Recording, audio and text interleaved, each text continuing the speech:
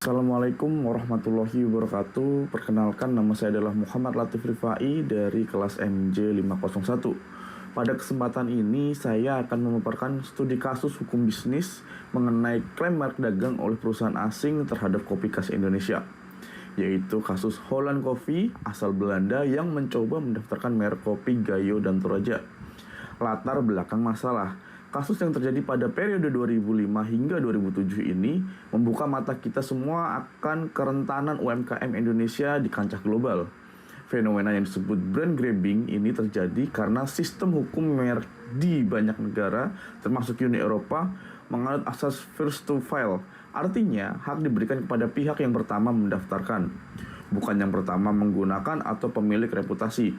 Akibatnya, pemilik asli pengetahuan tradisional, yaitu petani dan UMKM kita, justru terancam kehilangan hak atas identitas produk mereka sendiri. Selanjutnya adalah fokus temuan penelitian. Dari hasil analisis, saya menemukan 3 interaksi faktor utama yang menciptakan kerentanan ini. Pertama adalah faktor struktural, yaitu celah dalam sistem hukum nasional dan internasional yang asimetris. Yang kedua adalah faktor kapasitas, yaitu rendahnya literasi hukum dan HKI di kalangan UMKM.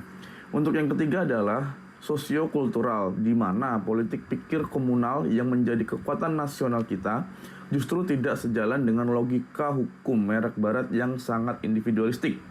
Akibatnya kita menghadapi gugatan, respon kita cenderung reaktif dan terfragmentasi. Lalu strategi ke depan dari defensive of offensive, syukurlah melalui mekanisme pembatalan merek atau opposite proceeding, kita akhirnya memenangkan kasus ini pada tahun 2013. Namun proses yang memakan waktu hingga 5 tahun ini mengajarkan kita sebuah pelajaran penting. Kita tidak boleh hanya bergantung pada perlindungan defensif yang sifatnya menunggu dan menanggapi. Kita perlu bergerak ke strategi ofensif atau merekomendasikan utama dari studi kasus ini.